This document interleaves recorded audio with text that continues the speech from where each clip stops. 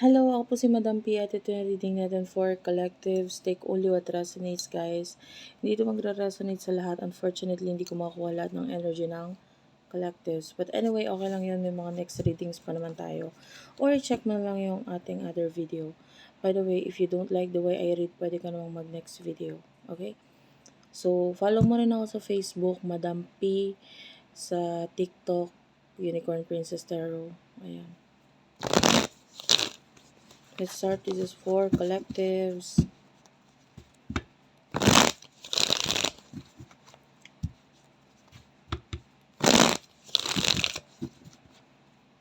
Pasensya ka na naglalaga. Yung ano ko yun, yung memory yan ng phone ko medyo mahina na. At saka, pag magsasalita ako, lumalapit ako kasi ano na po dito sa amin madaling araw na. And so, bawal na po ako mag-ingay. Pagpasensyahan mo na lang, hindi ako makalakas ng boses. Anyway, this is for collectives.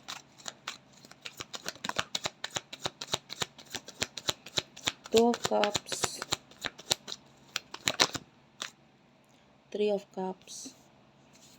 Yung iba sa inyo, pagdating sa relationship or connection, nakakita tayo ng pagbabalik dito.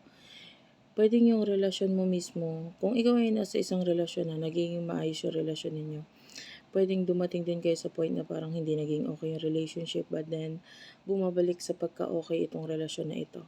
Yung iba naman sa inyo, kung yung person na kakonect mo is wala pa, or this could be a connection in the past. There's a possibility of reconciliation, reconnection, and nandun na yung pagpaplano with the Two of Wands. Nandun na yung pagpaplano regarding sa reconciliation.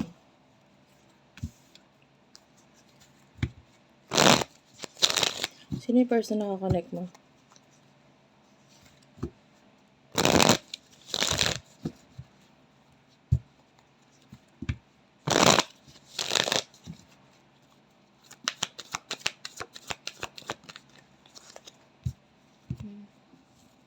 The Emperor at saka the Moon.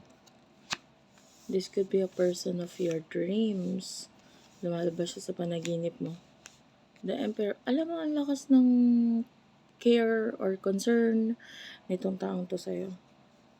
Oh, yung iba, if this is a person in the past, I feel like, ano pa siya Eight of Swords, pwedeng stuck pa siya sa sitwasyon. Yeah. At saka naririnig ko yung word na crave. So, pwedeng itong person na tas nagkikrave sa'yo. Craving for you, for your attention, for your connection. Yan. Ano yung emotion ninyo sa isa't isa? Anong emosyon ninyo sa isa't isa?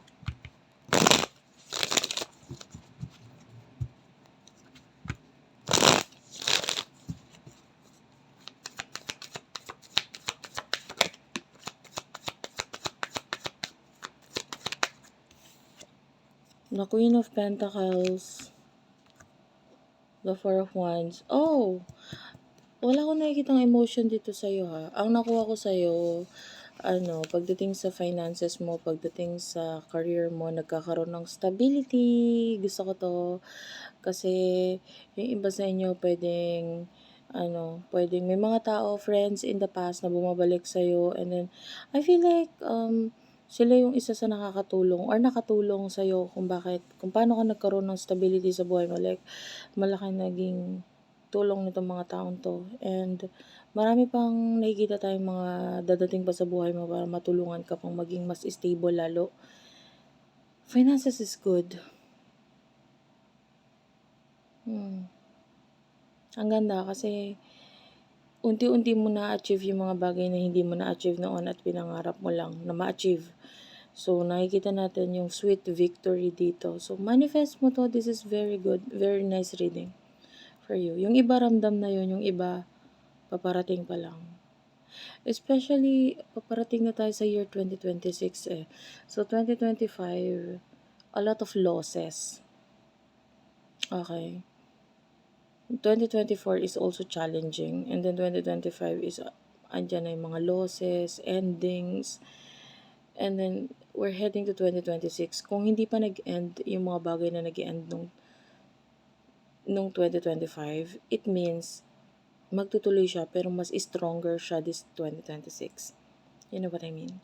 So yung iba, it could be career na parang muntik mo nang i-end or dapat mo na muntik mo nang bitawan or i-end this 2025, but then hindi mo siya binitawan. So year 2026, nakakita tayo ng magandang outcome dito.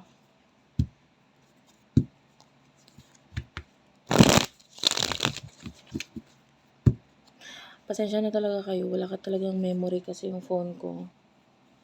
Kasi marami din nagpa-book ng personal reading, so ano siya, yung isang personal reading sa 30 to 1 hour yung inaabot. Kaya maraming nakasave dito sa phone ko ngayon na hindi ko pa ma-delete dahil currently uploading pa siya. Ay wala lang, in-explain ko lang. Emotional person mo for you. Kasi baka yung iba dyan naiirita, ba't kasi lag? Pasensya na kayo, hindi ko ma-delete yung memory dahil nag-a-upload pa lang siya ngayon. And of course, hindi natin siya pwedeng i-delete habang nag-a-upload. Ten of Cups, the Queen of Swords, ito yung emotion ng person mo. This person loves you, mahal ka niya. Kaya lang with the Queen of Swords, sinaaluan niya ito ng professionalism, yung pagmamahal niya sa'yo. Like, wait lang, matatanda na tayo, mahal kita, pero hindi tayo pwede magpadalos-dalos. The Seven of Cups is really thinking about you. Yung person mo. Iniisip ka talaga niya. And nasasaktan siya. Nine of Swords, this person is in pain. Hindi ko magets bakit siya nasasaktan.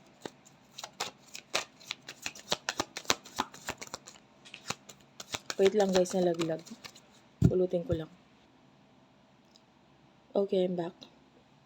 So, nasasaktan ng person na to kasi with the Page of Pentacles, Taurus, Virgo, Capricorn energy, at saka the Four of Cups. Ang sakit naman kasing isipin ka, Ang sakit isipin ka because you're still in separation. Tapos nakakita tayo dito ng another person na involved, which is pwedeng ikaw ay still in a relationship with someone na mas masakit para sa person na ito kasi ang hirap isipin ka, ang sakit isipin ka, lalo na kung pagmamayari ka ng iba. Aray. Diba? Tapos mahal ka niya, kaya lang, unfortunately, hindi ako pwedeng pumasok sa buhay mo. Parang ganun yung energy niya. Pero iniisip ka niya. I mean, kahit friendship, gusto niya magkaroon kayo nun. Gusto niya to make friends with you, ganyan. Kaya lang, pigil na pigil siya eh.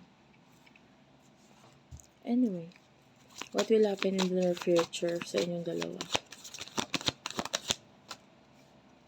Nine of Swords, the Wheel of Fortune. Clarify what's with the Nine of Swords.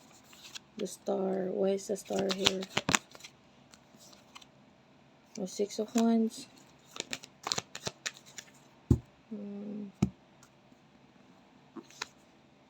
Ten of Wands. Seven of Wands. I can see an ending. Something is going to end.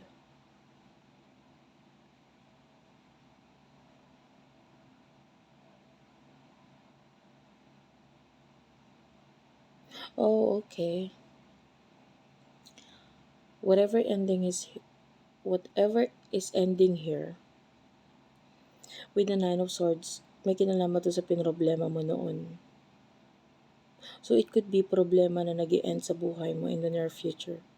Ang ganda talaga. Kasi alam mo bakit?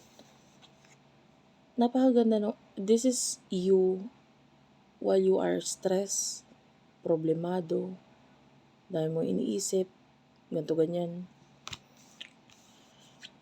malapit na matapos yan with the Wheel of Fortune. Malaking pagbabago. I feel like, ito, nag-clarify kasi dito is the Six of Wands and the Star. So, meron kang success, may ma-achieve ka dito with the Star. This is something like a goal na gusto mong makuha. Diba? Tapos, possible na makuha mo yung goal mo na yon or ma-reach mo siya. Tapos, the Seven of Wands and the Ten of Wands, Aries, Leo, Sagittarius energy. Itong person na to,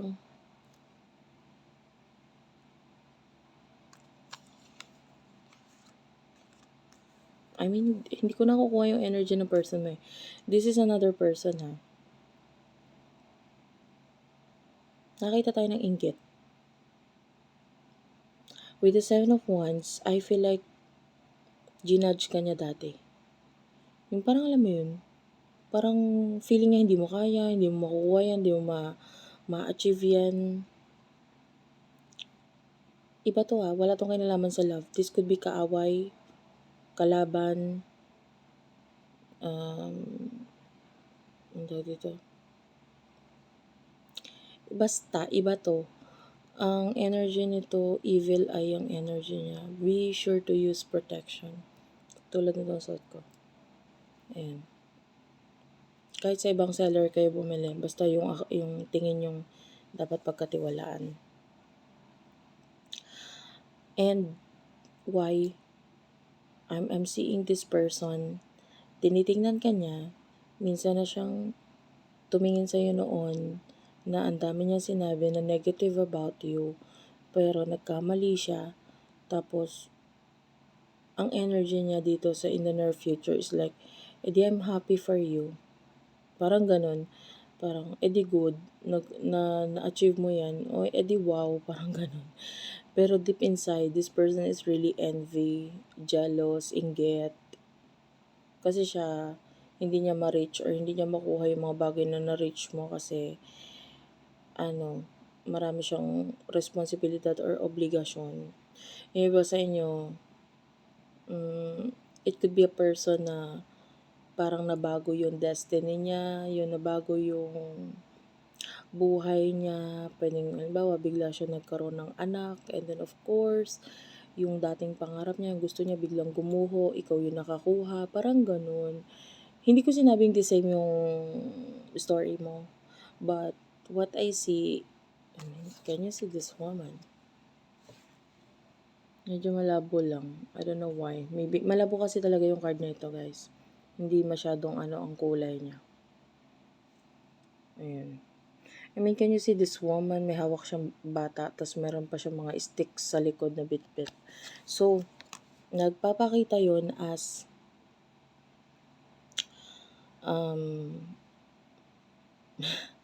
sorry, natulala ako kasi nung nilower ko yung brightness, nakita ko yung tagyawat ko.